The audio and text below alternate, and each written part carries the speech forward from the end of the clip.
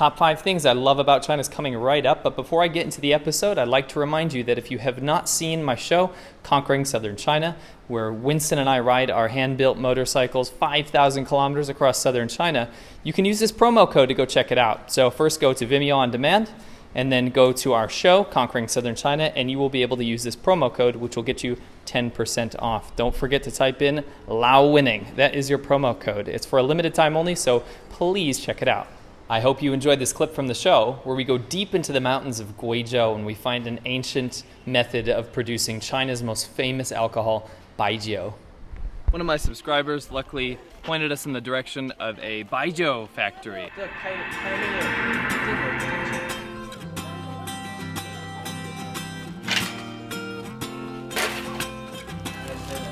酒是有生命的，它只要超过40度跟人的地温，它就死掉了。我们当地习俗就是几乎上都要喝酒的。The first batch is 70%, then the middle batch is about 50+%. That's the good stuff. 我们这地方，他喝了酒之后，他头不疼，你喝多了之后，他都不疼的。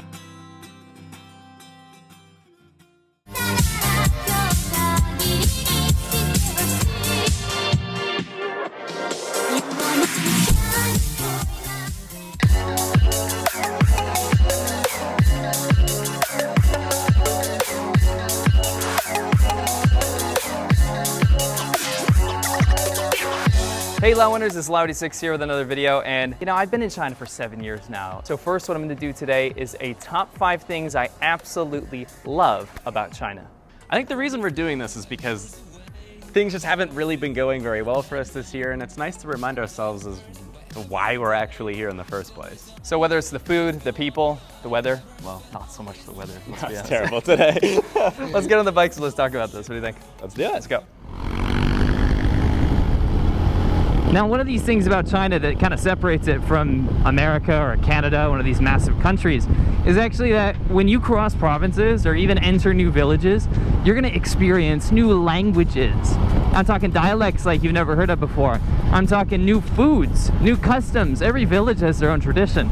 So it's kind of like traveling through Europe in a way, in that the diversity between provinces is almost like its own country. And that's one of the most awesome things, really, about being in China.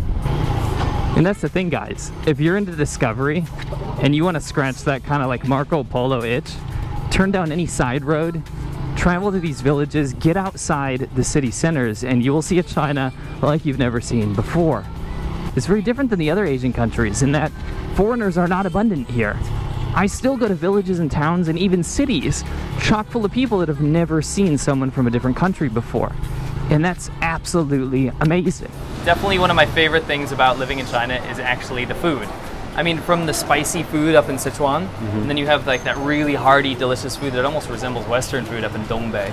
Yeah. And then also you got, lamb and goat in Inner Mongolia, and like the intricacies of Cantonese cuisine, like dim sum and stuff. It's a proverbial wonderland for culinary sorts. So pretty much every province has their own cuisine, and what that means is it's kind of like, if you're in Korea, yeah, there's a lot of different Korean foods, but it's very homogenous, right? But China's got its own cuisine every single where you go. So It's not even Chinese food. What does that term mean? It doesn't mean anything, really. Yeah, you can't say I like or dislike Chinese food because it doesn't, like you said, it doesn't mean, yeah. And every expat that comes here, a foreigner that comes here, will find a dish that they like because it's also varied. And not only the food, but the eating environments. So if you're into, kind of a social environment where you're sitting out with your buddies outside, like here on this hot summer day, fan blowing us, we got some drinks coming, and some street food. Yeah. There's really not much that gets better than that. This is I don't know about you, this is my favorite way to eat. Convenience is a huge thing for me here in China. The delivery guy will come to your house and pick up your package, write the address down for you, and then ship it off for you the same day. The dry cleaner will come to your house, pick up your laundry, and then drop it back off right at your door. You can order food online. You can order food from apps. You can order pretty much everything delivered straight to your door with no tipping or no surcharge. Restaurants are open super, super late. With a super low labor cost, China simply is a really super convenient place. The service economy is cheap and plentiful. The internet. Now it sounds pretty weird, doesn't it?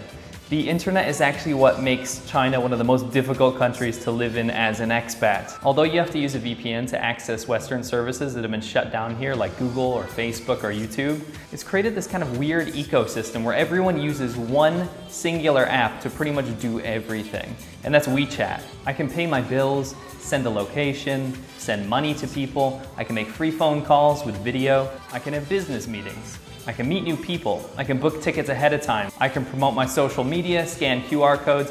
Everything is available within this one app, and that's really, really convenient. Literally everything that would require a third-party app for a service is all available within one single app. It's a weird silver lining in a country with literally no internet freedom.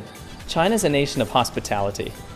Yeah, it's a nationalist country, but having been here for 7 years and having traveled to almost every province, I'm always astounded by how nice people are. Seriously, the amount of people that have offered us food when they have nothing, the amount of people that have invited us for a meal, countless hours of people guiding me around their towns or unfamiliar territory. China has simply shocked me day in and day out with how nice and friendly and hospitable the average person is. So one of the stereotypes I've always tried to break through my YouTube videos is that China is actually an incredibly friendly and hospitable place. 欢迎你们到我们园园来。非常感谢。五个很美丽的美女。谢谢。外面去看一下吧。哦，感谢你。他们一次出游，刚好我们也是出游，我们在路上一起就碰见在一起了。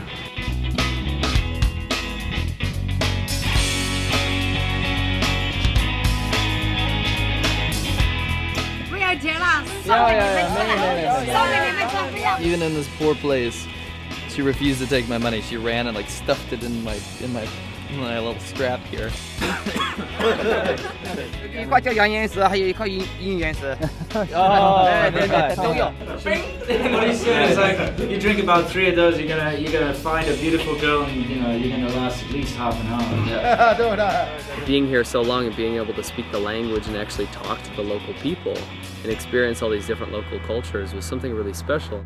As you can see from our show, Conquering Southern China, people went out of their way to make sure that we were having a good time and felt welcome in their hometowns. It was incredible. If you haven't checked it out yet, go check out Vimeo On Demand, our show, Conquering Southern China. You can see all of the things that I love about China in action. Thank you so much, Laowinners, and I'll catch you on the next one.